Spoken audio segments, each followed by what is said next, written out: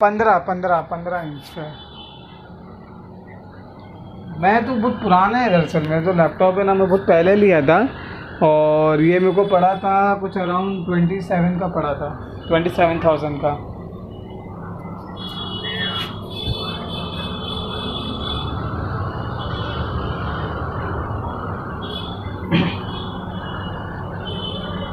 कितने का? 6,500।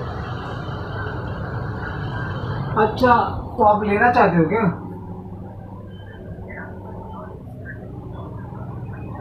हाँ हाँ, नहीं नहीं, देखो अभी कैसा है, अगर आपको मैं लैपटॉप का बताऊँ तो ओके, तो सबसे जो बेस्ट है ना, आप लेना एच पी का ही लेना, क्योंकि एच पी का जो बेस्ट है, अभी तक मुझे मतलब 4 साल हो गए यूज़ करते हुए, तो ऊपर वाले का करा मुझे अभी तक कोई भी ऐसी प्रॉब्लम आई नहीं है। लेकिन देखो लैपटॉप लेना ना, तो आप ये याद रखना उसमें ना एस एस डी लेना। एक होता है एच डी डी होता है, और एक होता है एस एस डी। ओके, जिसका हार्ड डिस्क। हाँ, तो एस एस डी एस। हाँ हाँ हाँ, है नॉलेज ना लैपटॉप का आपको। तो मैं ये बोल रहा था कि अगर जैसे इन केस किसी का, अच्छा ये एक सेकंड ना, मैं ये बोल रहा था कि अगर किसी को रैम बढ़ाना रहता है तो वो क्या सही है क्या, मतलब लैपटॉप का रैम बढ़ाना है तो?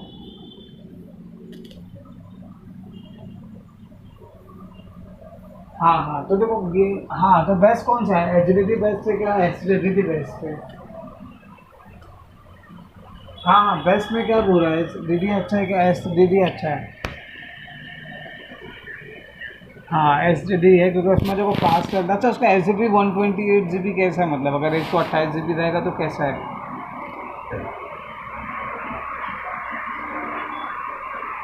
नहीं नहीं, 128 GB आता है ना, एक एस डी डी में ही एक 128 आता है, एक 256 GB आता है।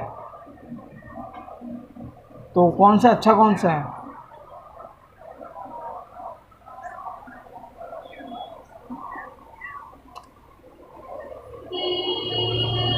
1 TB है? अच्छा अच्छा, चलो वो तो है, लेकिन बेस्ट लो, एस डी डी लो, ओके, वो अच्छा चलेगा, फास्ट चलेगा आपका। और मैं ये बोल रहा था, हाँ मैं अभी पी एफ की बात करते हैं। ओके, और बाकी देखो लैपटॉप में लेना है तो आई फाई लो, अभी के वक्त में ना, अगर आपको देखो ब्राउजिंग करना है ना तो i3 लो, मतलब इंटेल का i3 लो। ओके, और अगर आप गेमिंग गेमिंग करते हो ना, गेमिंग गेम वेम खेलते हो ना, तो आई फाई लो फिर। हाँ, तो फिर अगर देखो ब्राउजिंग है, जैसे मेरे तरह है कि सिर्फ ब्राउजिंग करना है, कोई वेबसाइट पे जाना है, कुछ करना है, तो उसके लिए फिर i3 लो, बेस्ट है। और अगर आप वीडियो फिर बनना चाहते हो, अच्छा एडिटर प्रो वाला करना चाहते हो, तो i5 लो फिर उसके लिए, क्योंकि उसका जो ग्राफिक्स होता है ना वो अच्छा होता है, मतलब समझ रहे हो? तो ऐसा अभी। हाँ, बोलो।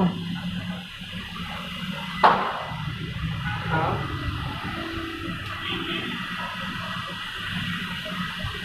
हाँ हाँ,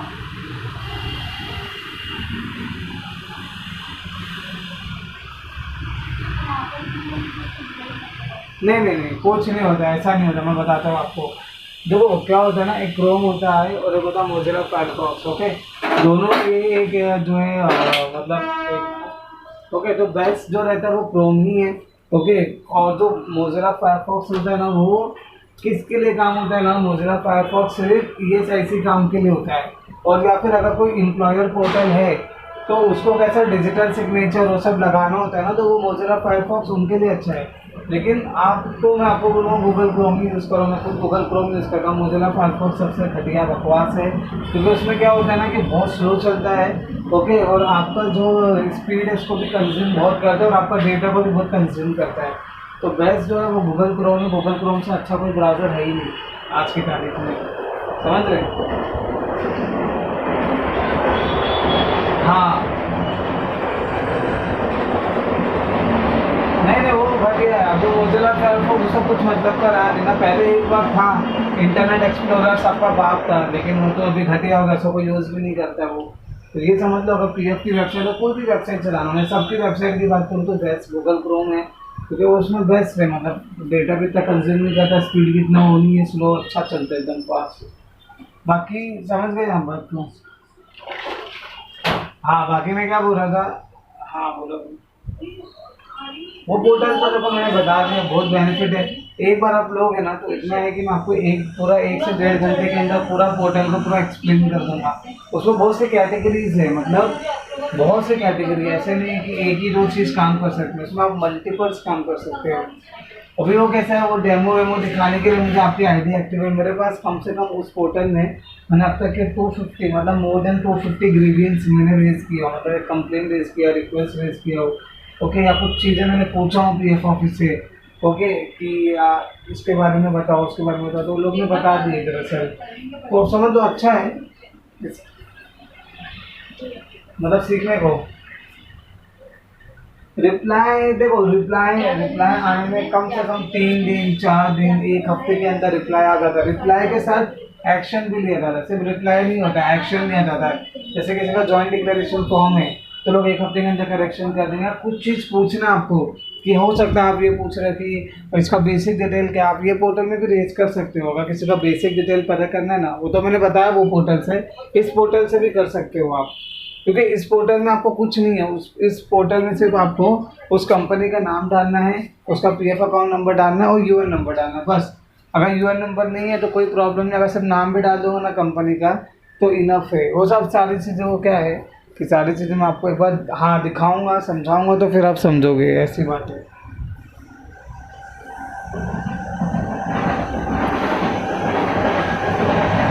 हाँ।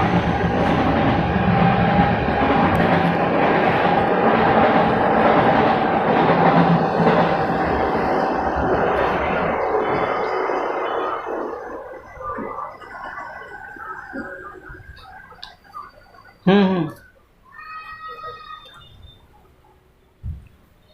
समझा नहीं, क्या बोले आप, मतलब?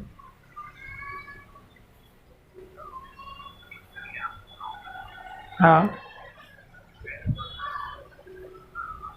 हाँ हाँ हाँ हाँ।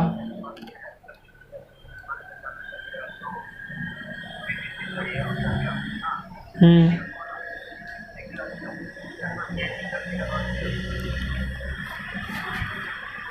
हाँ।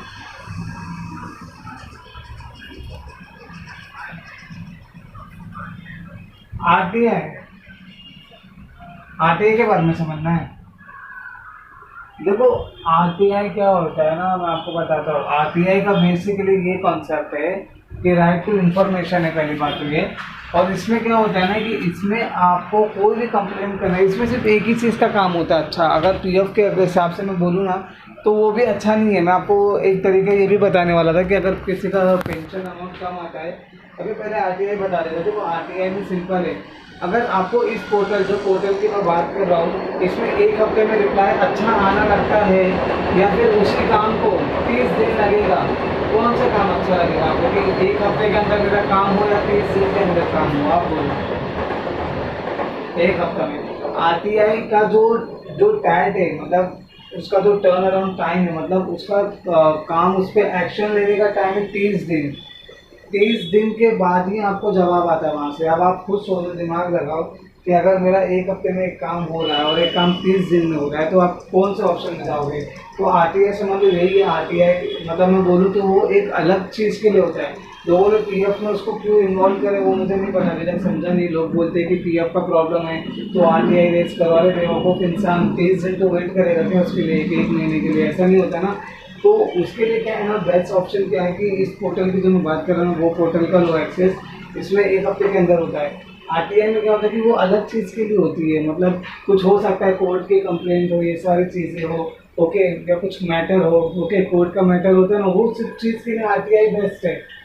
मतलब लेबर लॉ के regarding, labour law, I am talking about labour law, तो उसके लिए आरटीआई अच्छा है ना। अगर जैसे कोई कंपनी है, वेजेस, बड़ा कंपनी भी किसी को सैलरी नहीं दे रही तो आप कंप्लेन करो, तो जो लेबर लॉ का जो मैं कॉन्सेप्ट बता रहा हूँ ना, उस केस के लिए जो आरटीआई बेस्ट है। लेकिन अगर मैं बोलूँ नॉर्मल पीएफ की बात करूँ तो कुछ काम का है नहीं वो पोर्टल। इतना है, समझ लो आप, कुछ काम का नहीं पोर्टल है पीएफ के लिए, कुछ काम का पोर्टल नहीं है आरटीआई। समझ गए? अरे,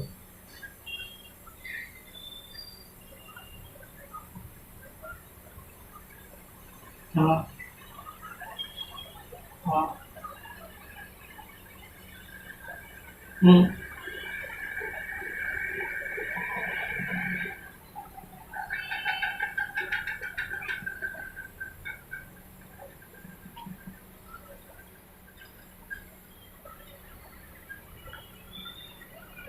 क्या क्या मिल जाता है? इंक्वायरी नंबर, वो बैलेंस इंक्वायरी नंबर।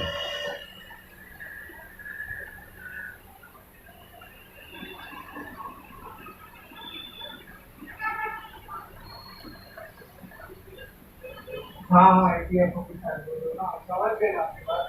तो मुझे लगता है तो आप बोल ना शॉर्ट के बारे में कुछ काम से नहीं कर सकते, आपको वो बोलना है ना।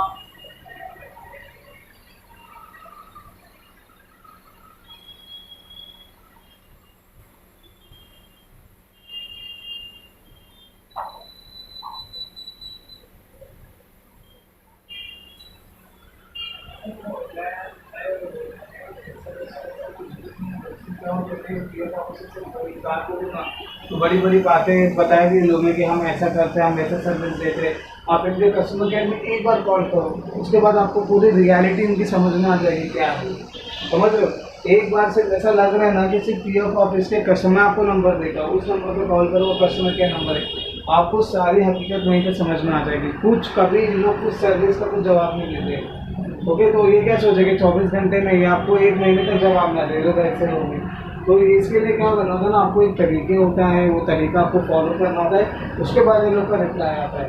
तो वो सब जो वेबसाइट में सब देख रहे हो, कुछ ऑप्शन काम कर लिए, आपको यही सजेस्ट करा, आपको करना तो फॉरवर्ड करो, कहीं कुछ रिप्लाई नहीं आएगा, मैं आपको बोलता सामने से,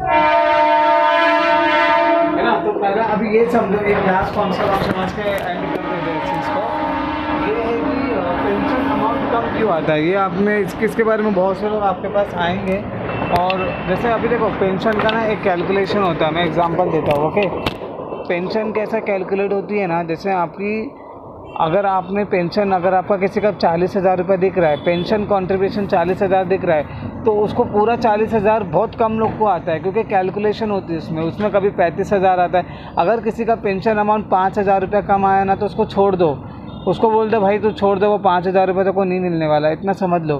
हाँ, अगर किसी का 10,000 कम आया है, या फिर जो है 15,000 रुपये कम आया है, तो उस केस में आपको क्या करना होता है, उस केस में आपको जब आप क्लेम अप्लाई करोगे ना, तो उसमें आपको पार्ट पेमेंट लिखना होता है। मैं आपको एक स्क्रीनशॉट भेजूँगा, उससे पूरा समझ लोगे। पार्ट पेमेंट स्क्रीन मैं आपको दिखाऊँ क्या स्क्रीन में? नहीं, मैं फ़ोटो भेज दूँगा आपको, डोंट वरी, मैं फ़ोटो भेज दूँगा, वो समझ जाओगे, आप देख के समझ जाओगे। हाँ, आज कल भेज दूँगा, कल क्योंकि ना इसका बेनिफिट इशू है मेरा बहुत, तो इसके लिए मैंने वो मतलब पूरा मीटिंग मैंने बंद कर दिया वो। तो मैं क्या बोल रहा था, हाँ अभी मैं ये इंपॉर्टेंट बात बता रहा था आपको, कि अगर आपको कोई भी बात आपकी कन्विंस करना, मतलब पीएफ ऑफिस को बता रहे हैं, जैसे फॉर एग्जाम्पल अगर आपको मैं 2 केस बताता हूँ। पेंशन जो है, अगर 6 महीने से कम की सर्विस है, मतलब किसी इंसान ने 4 महीना 5 महीना काम किया, तो उसको क्या पेंशन उसका सेटल होगा? क्यों नहीं होगा?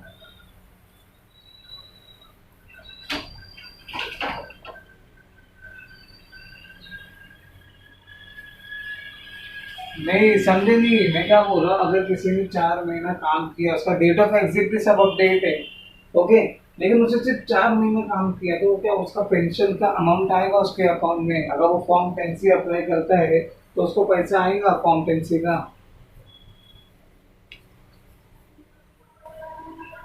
क्यों नहीं आना चाहिए? रीजन हो ना, आप तुक्का मार रहे हो कि नहीं आना चाहिए, तुक्का इसको बोलते हैं। रीजन क्या है? मैं बताता हूँ, देखो अभी कैसा है कि अगर किसी की भी सर्विस 6 महीने से कम की है, मतलब किसी का जो अगर उसने 4 महीना 5 महीना काम किया, तो उसको फॉर्म 10C नहीं आएगा, मतलब उसको पेंशन का जो अमाउंट होता है ना, वो नहीं आएगा। पीएफ कहाँ जाएगा? पीएफ मतलब क्या होता है? एम्प्लॉय शेयर और एम्प्लॉयर शेयर। ओके, इसको कहते हैं पीएफ का अमाउंट, ये उसको आ जाएगा, उससे कोई प्रॉब्लम नहीं है। ओके, जितना भी रहेगा ना 100% आएगा। पीएफ जो होता है ना, वो 100% आता है, 100% आता है। लेकिन जो पेंशन होता है ना, उसमें क्या देखो लोग, सर्विस देखते हैं। 6 महीने से अगर कम है, ओके, तो उसका पेंशन मत अप्लाई करना। ओके, उसका रिजेक्ट भी हो जाएगा। वहाँ पे लिखा है कि service is less than 6 months, service 6 महीने से कम की है। ओके, जो उसने काम किया है, ओके, उसका 6 महीने से कम है, तो इसके लिए उसका वो रिजेक्ट हो जाएगा। अब मैं एक दूसरा केस समझाता हूँ। दूसरा एक केस में एक लेटर सिनेरियो, एक इंसान है, ओके, पहली कंपनी में काम किया उसने 5 साल, पहली कंपनी में उसने काम किया 5 साल, ओके, और दूसरी कंपनी में लगा उसने सिर्फ 4 महीने लगा, और उसने क्या किया, पहली कंपनी को दूसरी कंपनी में ट्रांसफर भी कर दिया। मैंने आपको दिखाया था ना, ओके, तो उसने फॉर्म 13 भर के ऑनलाइन सारी चीज़ें उसने जो है ट्रांसफ़र भी कर दिया, उसकी कंपनी में भी अप्रूव कर दी, पीएफ ऑफिस में भी अप्रूव कर दी, और उसका अमाउंट नई कंपनी में भी आ गया, ओके। अब मेरा एक सवाल है कि उसका पेंशन सेटल होगा क्या रिजेक्ट होगा?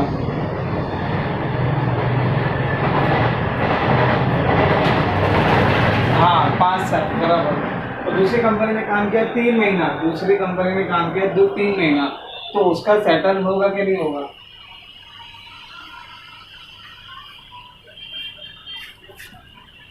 हाँ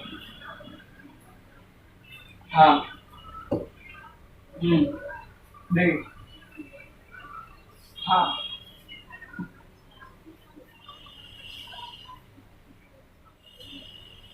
नहीं, तो देखो ऐसा नहीं है जैसे आप बोल रहे हो ना, वो कॉन्सेप्ट नहीं है। मैं आपको बताता हूँ, अगर ऐसा कोई केस आता है, ऐसा केस आपको आएगा कि अगर किसी ने पुरानी कंपनी में 1 साल 2 साल 7 महीना 8 महीना काम किया, ओके, लेकिन नई कंपनी इसमें 1 महीना 2 महीना करके छोड़ दिया, ओके, अब उसने ट्रांसफर भी कर दिया, लेकिन क्या होगा, पहली बार अगर आप नॉर्मल अप्लाई करोगे, मतलब एक नॉर्मल इंसान जैसे अप्लाई करोगे ना, तो उसका पीएफ ऑफिस 80% चांसेस है उसका क्लेम रिजेक्ट हो जाएगा।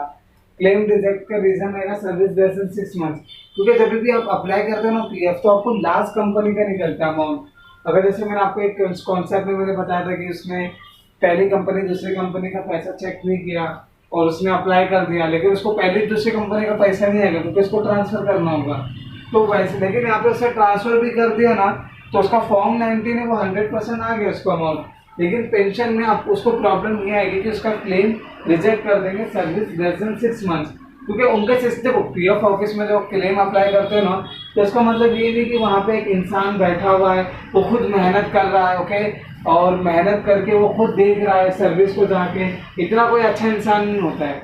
वो क्या करता है, वो अपने सिस्टम को देखता है, उसका सिस्टम बोल दिया भाई इसकी नई कंपनी, क्योंकि लोग नई कंपनी को देखेंगे ना, पुरानी कंपनी को नहीं देखते लोग। भले ट्रांसफर भी कर लोगे ना, तो कुछ अच्छे होते तो ऑफिसर वो चेक करते हैं, लेकिन कुछ ऑफिसर क्या होते हैं कि उनको उनको फिर लोड होता है काम का।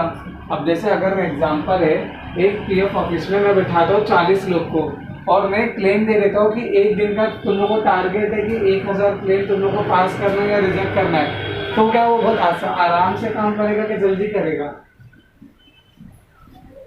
आराम से नहीं कर, क्यों? क्योंकि इसके ऊपर क्या है, प्रेशर है। और आज की तारीख में क्या हो गया, गवर्नमेंट जॉब कम हो गई है, ओके, तो पीएफ ऑफिस का भी जो काम है वो गवर्नमेंट काम है, ओके, तो उसमें क्या हो गया है कि काम बढ़ गया है, ओके, और बंदे कम हो गए। आप समझ रहे हैं, है ना? तो क्या हो गया, ऐसी प्रॉब्लम हो गई है, डिमांड ज़्यादा सप्लाई कम है। डिमांड ज़्यादा है ना, डिमांड मतलब आपके पास पोर्टल है, आप ऑनलाइन हो, एक इंसान 1000, इस दुनिया में कितने 6 से ज़्यादा जो करोड़ है वो पीएफ में ही रजिस्टर्ड है, तो हर दिन लोग एक ही घंटे में हर एक अगर आपको मैं डेटा बताऊँ कि हर एक घंटे में कितने लोग कितना अप्लाई करते हो, आप खुद सोचोगे, सुन के शॉक हो जाओगे। 1 घंटे के अंदर मिनिमम मिनिमम मैं बता रहा हूँ, कम से कम जो है मोर देन 500-600 क्लेम सबमिट होते हैं एक घंटे के अंदर। ये डेटा हम लोग ने खुद चेक कर रहे थे ऑफिस में जाके, ओके, तो लोग ने लाइव दिखाए। तो ऐसी प्रॉब्लम आती है, तो उसकी वजह से क्या होता है ना, लोग जल्दी में काम करते हैं, मतलब वो लोग सिर्फ सिस्टम को देख लिए, सिस्टम ये नहीं दिखाते कि पुरानी में भी इसने ट्रांसफर किया। जब तक आप उस चीज़ को अच्छे तरीके से कन्विंस ना करो सामने वाले को, जैसे पीएफ ऑफिस को आपको खुद बताना है कि भाई मैंने पुरानी कंपनी में भी काम किया, उसके लिए क्या करना होता है ना कि आपको जो चेक बुक जब आप क्लेम अप्लाई करके मैंने दिखाया था ना, जैसे मैंने 2-3 बार तो क्लेम आपको सामने दिखा देगा अप्लाई कैसे करते हैं, तो क्या करना होगा, वहाँ पे आपको एक्स्ट्रा काम करना, आपको एक ब्लैंक पेपर में पार्ट पेमेंट लिखना है, पार्ट पेमेंट लिखना है, वो आपको स्क्रीनशॉट भेज दूंगा। पार्ट पेमेंट के नीचे क्या करना, चेक को लगा देना, पासबुक को लगा देना और क्लेम अप्लाई कर देना। अब ये पार्ट पेमेंट का मतलब क्या होता है, पार्ट पेमेंट का मतलब ये होता है कि सर ये चेक, पार्ट पेमेंट का मतलब क्या होता है कि मेरा पुरानी कंपनी में भी पैसा है, उसको भी चेक कीजिए। तो उसके बाद वो लोग क्या करेंगे, वो लोग देखेंगे भाई पार्ट पेमेंट लिखा है, जब देखो जब उसका पासबुक देखेंगे तो पार्ट पेमेंट दिखेंगे ना, ऊपर पार्ट पेमेंट रहेगा और नीचे चेक रहेगा।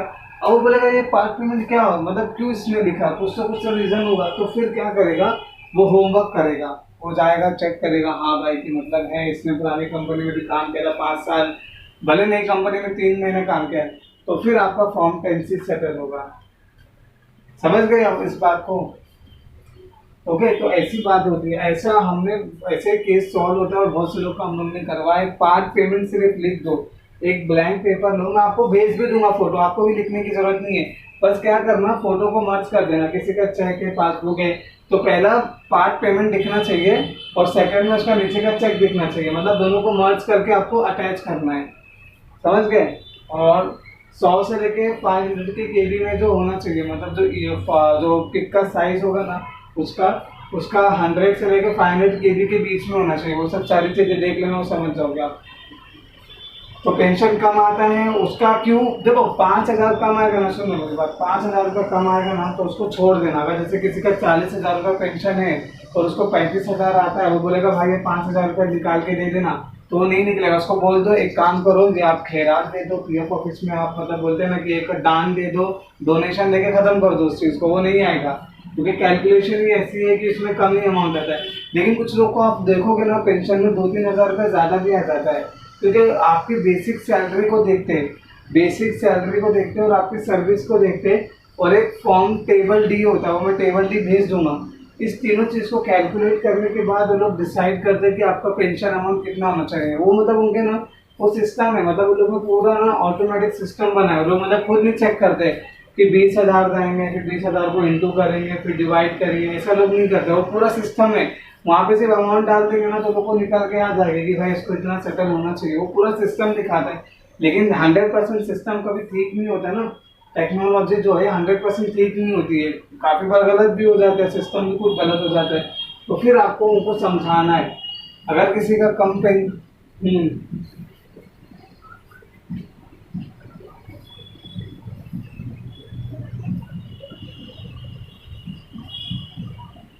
बता दूँ,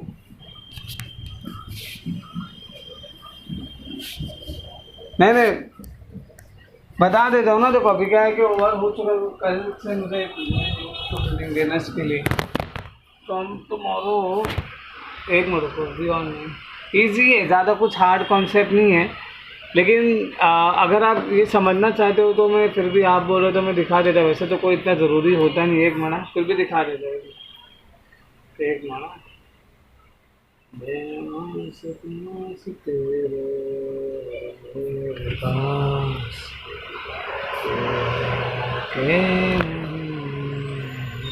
एक मिनट,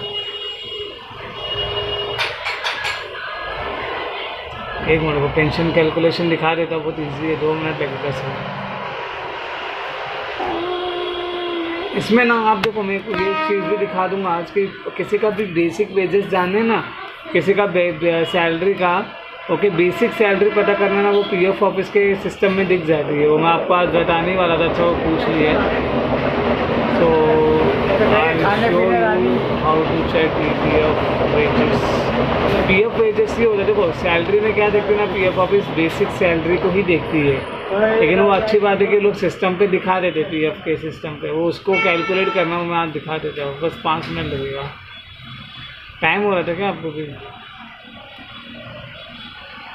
अरे यार इसे सिस्टम ही बड़ा स्लो चल रहा है। मेरा भी दरअसल क्या है, मेरा DD है ना, HDD है, मतलब हार्ड डिस्क ड्राइव है, उसके लिए काफ़ी स्लो रहता है मेरा लैपटॉप। खैर पुराना है ना, पुराना तो समझ लो वही है तो बहुत स्लो चलता है। हाँ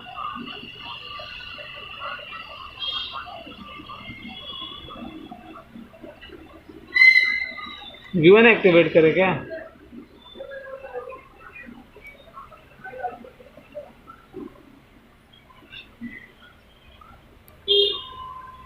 तो कितना लिए एक इंसान से कितना लिए फिर चार्जेस, मतलब V1 एक्टिवेट करने का?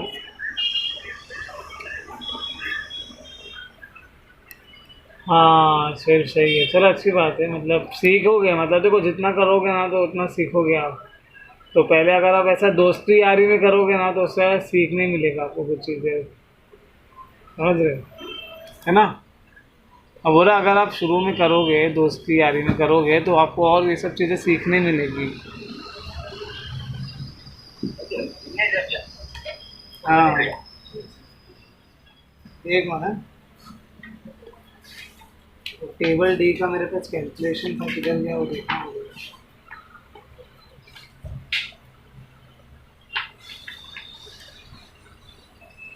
एक मिनट।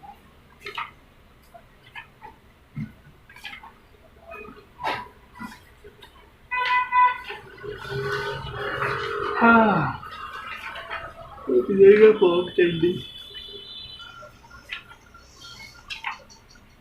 हाँ एम्प्लॉय पेंशन स्कीम।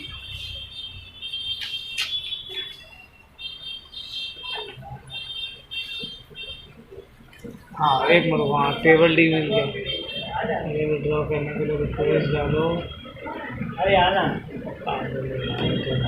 क्या नाम है इसका, लिंक की जगह क्या क्या खाने का क्या लाना है?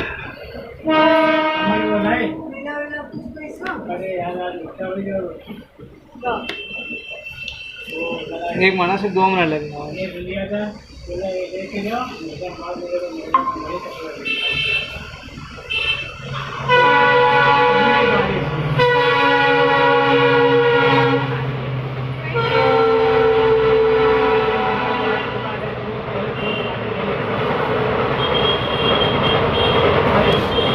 लिंक भेजा हूँ देखो।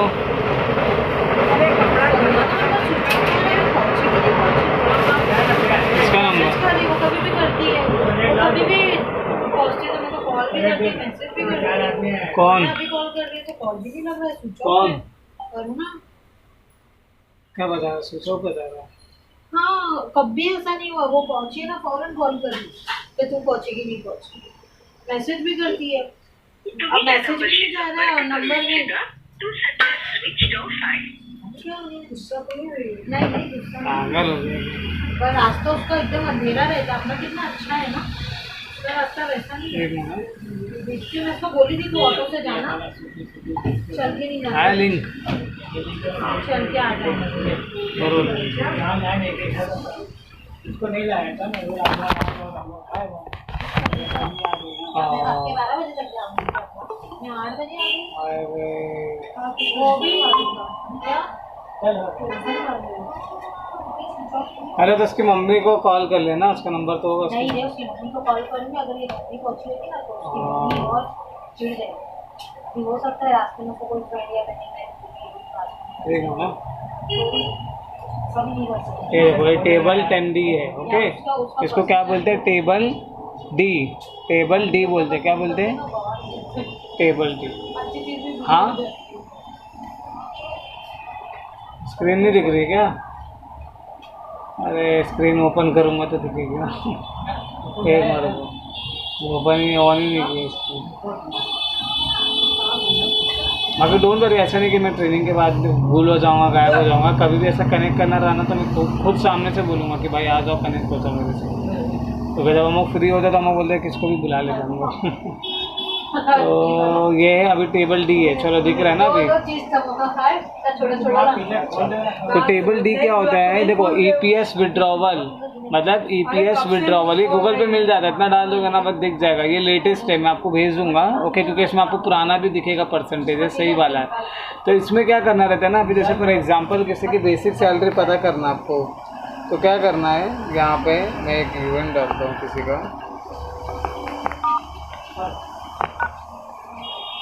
एक मिनट, पासवर्ड क्या था उसका,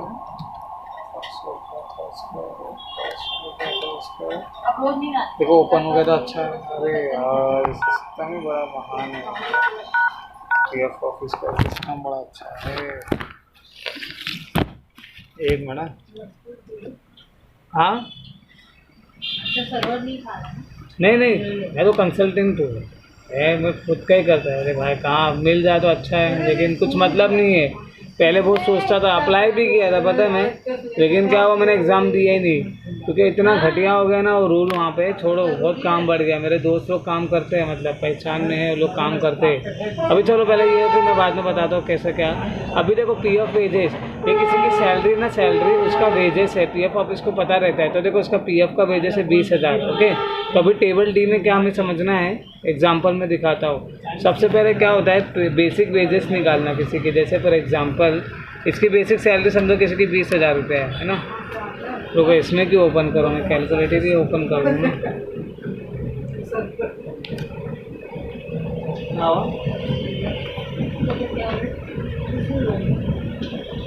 एक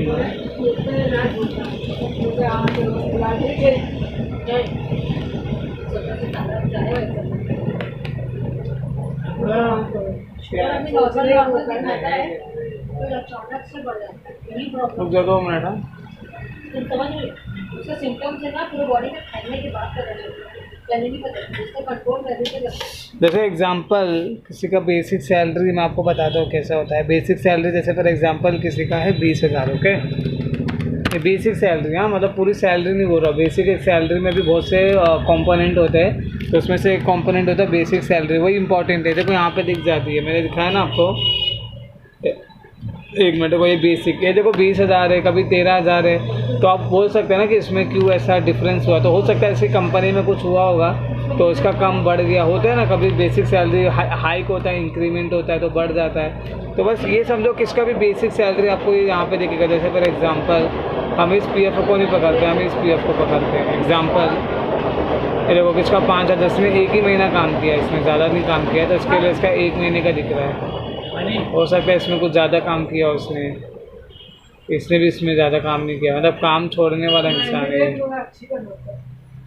यही समझ लेते, पहले ही पासबुक निकाल के देख लेते हैं। इसका पुराने साल का है ना, तो पुराने साल का नहीं देखना है। देखो साल भी चेंज करते रहो आप। जैसे फॉर एग्जांपल हो सकता है 17-18 को काम किया हो, ये देखो वही है ना। इसका बेसिक सैलरी कितना था, 4,800 रुपये लेके चलो, ये 4,900 हो गया, कभी बढ़ गया कम होता रहता है। तो हम समझ रहे 20,000 को लेके चल रहे हैं, हम इसको लेके चल रहे हैं 20,000 को, तो 20,000 को। और जैसे फॉर एग्जांपल आपको फिर देखने की उसका साल कितना काम किया, तो मैंने एक वेबसाइट बताया था, पता है, एज कैलकुलेटर। यहाँ से एग्जैक्ट आप पता कर सकते हो उससे कितने साल की सर्विस है। तो क्या करना होता है, यहाँ पे आपको बेसिक सैलरी इनटू प्रोपोर्शन, मतलब कितने साल उसने काम किया है। जैसे हो सकता है उसने, अरे यार क्या है, हाँ बेसिक सैलरी इंटू, अरे इंटू हुआ ना, अरे डिवाइड हो गया तो मोबाइल में भी लैपटॉप में। एक minute, basic salary, basic salary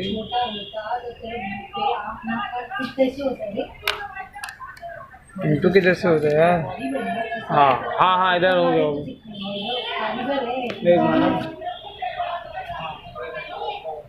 ऊपर वाले को सिखा दो, जब कोई बोलेगा चेहरा छोटा है, बोलना एक कंप्लेंट लेकर ऊपर वाले को लिखो। हाँ तो देखो अभी ये हो गया। जैसे हो सकता है उसने 1 साल काम किया, ओके, हो सकता है। हाँ हेलो,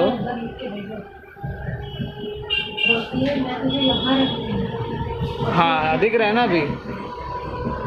देखो अभी जैसे फॉर एग्जांपल यहाँ पे समझो, अगर उसने 1 साल काम किया तो 1.02, 2 साल काम किया तो 1.99, 3 साल काम किया तो 2.98। अगर ये 6 महीने से कम है तो पेंशन आएगा ही नहीं, है ना। अगर पेंशन से कम ही है तो नहीं आएगा। लेकिन उसका हो सकता है 6 महीने से लेके 1 साल की सर्विस हो तो उसको 1 साल ही समझेंगे। अगर 1 साल से लेके 2 साल की सर्विस हो तो उसको 2 साल समझेंगे। मतलब सिंपल है, 1 साल 2 साल 3 साल सर्विस है। अभी अगर जैसे फॉर एग्जांपल हो सकता है उसने 2 साल काम किया, उसकी बेसिक सैलरी कितनी थी, 20,000 थी, तो मैं क्या करूँगा 1.99, तो इतना उसको पेंशन आएगा। एकदम सिंपल है, एकदम बच्चा कैलकुलेशन है। क्या है इसको, क्या बोलते हैं, बच्चा कैलकुलेशन, समझ गए। अब मैं आपसे पूछता हूँ कि एक की बेसिक सैलरी है 15,000, मैं आपको बता, मैं आपसे पूछता हूँ, और अरे तो 1,50,000 हो गया। अब मुझे ये बताओ, अच्छा डिवाइड के नीचे कहाँ दिख रहा है, अच्छा हाँ सॉरी बराबर, अच्छा अगर, हाँ हाँ उसकी, हाँ मैं समझ गया। हाँ मैं क्या बोल रहा हूँ, अभी इसका आपने बेसिक सैलरी यहाँ पे देख लिया। बेसिक सैलरी समझो 15,000 था, है ना, 15,000। अभी उसका जो सर्विस है ना, उसका सर्विस है 5 साल की सर्विस है, 5 साल की। तो आप कैसे, आप यहाँ पे क्या डालोगे फिर, आप हाँ एग्जैक्ट 5.02 75,300 और ये इतना अमाउंट आता ही है, ऐसा नहीं कि गलत कैलकुलेशन है, ये एग्जैक्ट सेम कैलकुलेशन है। मतलब 6 महीने से लेके 1 साल है तो 1 साल, ओके 1 साल से लेके 2 साल के बीच में है ना तो 2 साल, 2 साल से लेके 3 साल के बीच में तो 3 साल, ऐसा करके पूरा कैलकुलेशन है। मेरे को ही एक तक देख रही थी जब मैं वहाँ पे थी, इसलिए मैं हट गई। हाँ एग्जैक्ट पेंशन का अमाउंट। लेकिन हो सकता है अभी इसमें एक बात, ये एकदम टेक्निकल बात है, मैं समझा रहा हूँ एक्चुअली। अगर फॉर एग्जांपल हो सकता है उसका 1 साल 4 महीने की सर्विस है तो उसको फिर भी 1 साल समझेंगे, लिख लो। अगर किसी का 1 साल 4 महीने का सर्विस है, 14 महीने का सर्विस है तो 1 साल होगा। लेकिन उसका 1 साल 7 महीना है, मतलब 6 महीने के ऊपर हो गया ना, तो वो 2 साल में कंसिडर होगा। देखो जो 6 महीना है ना, 6 महीना सुनो मेरे बात, 6 महीना जो होता है ना उसको जीरो मानते हैं। 6 महीना पहले से मतलब जीरो है। लेकिन हो सकता है उसने 15 महीना काम किया है तो क्या मैं उसको 2 साल दूंगा, क्या 1 साल दूंगा? 1 साल दूंगा। 15 महीना और 14 महीना रहेगा तो कितना दूंगा? 1 साल। और अगर उसका 18 महीना है तो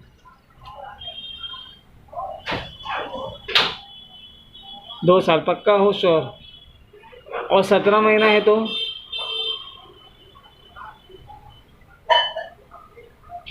अबे यार तुम बड़े तुक्के मारने वाले इंसान हो। जब तुम देख रहे एरो पे देख रहे हो ना, तुम बोल रहे एरो के हिसाब से बता रहे हैं। मेरे को ऐसा नहीं है, समझे नहीं, मैं समझाता हूँ वापस से। देखो कॉन्सेप्ट तो नहीं समझ पा रहे जल्दी। देखो देखो 6 महीने के अंदर है ना तो समझ लो भाई तो पेंशन भूल जाएगा, तो भूल जाओ भाई, वो नहीं मिलेगा। सिंपल समझ लो तुम कॉन्सेप्ट। लेकिन अगर 6 महीने से लेकर 1 साल है तो 1 साल 6 महीने के अंदर अगर रहेगा ना तो 1 ही साल रहेगा।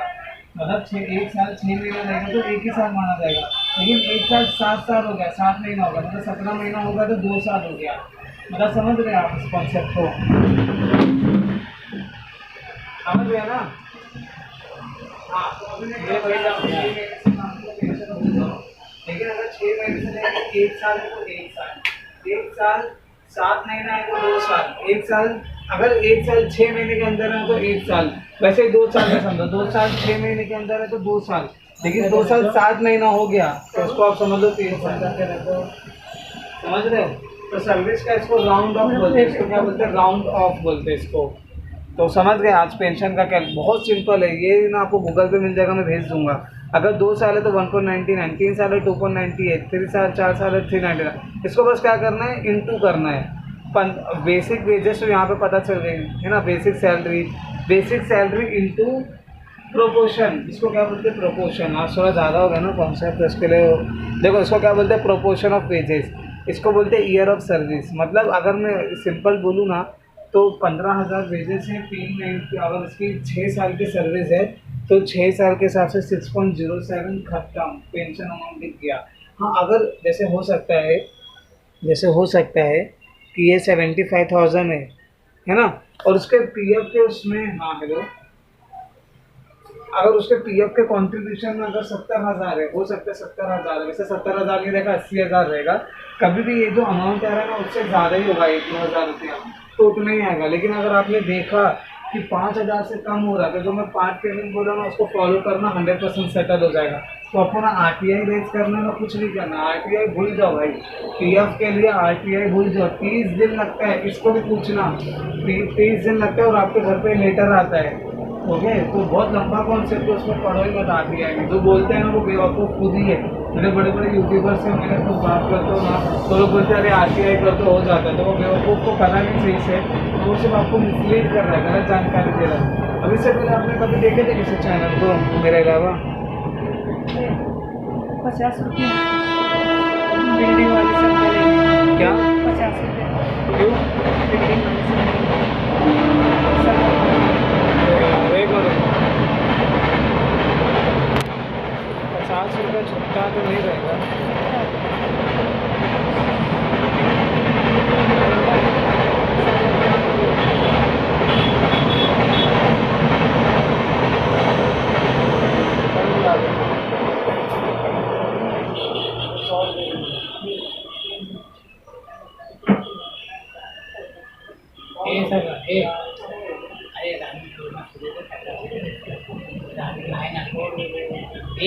सुनना ही है क्या?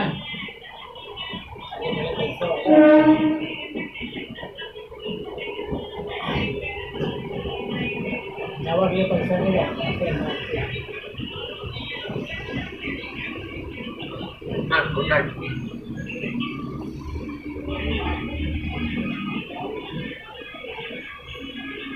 नहीं 150 के सब देते हैं।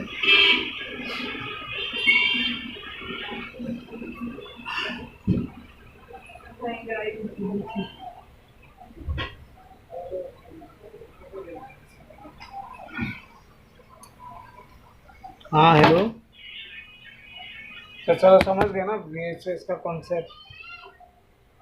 चलो चलो समझ गए ना पेंशन का कैसे काम होता है, कैलकुलेशन मैंने सारी चीज़ें बता दी अभी। ओके तो जो आज हुआ ओके आज जो हुआ एंड होता है कंप्लीट हो जाता है। ओके और बाकी जो अगर आपको लेना है तो बताना आगे पासवर्ड। ओके अगर लेना है तो बोलो, नहीं लेना तो सीधा सामने आपको जो भी बता देनी चाहिए कि वो आईडी तो इम्पोर्टेंट है। चलो मंडे को तो एक काम करना, मंडे को ना 7 बजे से पहले पेमेंट कर देना। जैसे आपको आ रहा है ताकि मैं आपका आईडी ना मतलब जैसे 15 मिनट करीब 10-15 मिनट में आपको मैं एक्टिवेट करा दूँ और उसके बाद हम फौरन मंडे को शाम 7:30-8 बजे तक वापस से कनेक्ट होंगे। 1 घंटा में आपको पूरा बता देंगे कोड होगी वो पोर्टल में कैसे क्या करना है, क्या सारी चीज़ें पोर्टल करके आपको काम क्या करना है। तो उसके बाद मुझे क्या करना कि आईडी और आपका जो ईमेल आईडी है और मोबाइल नंबर है वो बस मुझे सेंड करना है। पेमेंट करना उसके बाद ईमेल आईडी और पासवर्ड आपका ईमेल आईडी और मोबाइल नंबर सेंड कर देंगे तो मैं आपका आईडी बनवा दूँगा। हाँ ईमेल आईडी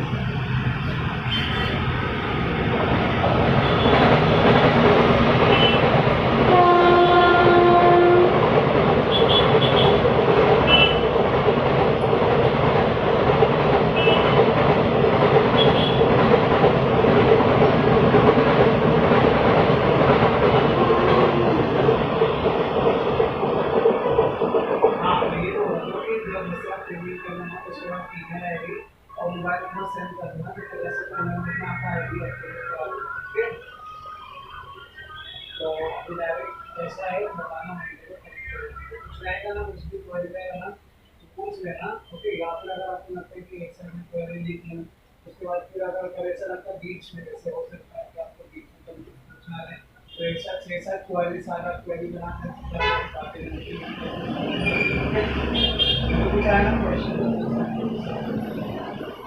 अभी लगाना सही लगाना मतलब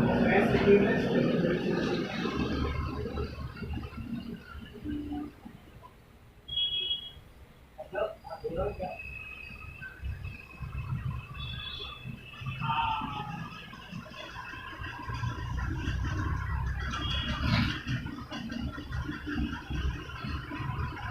और बहुत सारे कुछ चीज़ें हैं इसमें कुछ भी आपको जो मुझे चीज़ें सिखाना वो चीज़ें भी आपको जैसे होता है ना कि एक टीचर आपको सिखाते हैं कि एग्जाम में ज़्यादा ज़्यादा होता है और इसमें तो बहुत सी चीज़ें भी है जैसे बहुत सी चीज़ें हैं कि आपकी इसमें बीच में तो आप करोगे तो पूछोगे तो मैं आपको बता दूँ जैसे समझ पाओगे तो उसमें अगर प्रैक्टिकल काम करोगे तो प्रैक्टिकल इंसान ज़्यादा सीखता है उनकी थियरी से ज़्यादा प्रैक्टिकल सीखता है।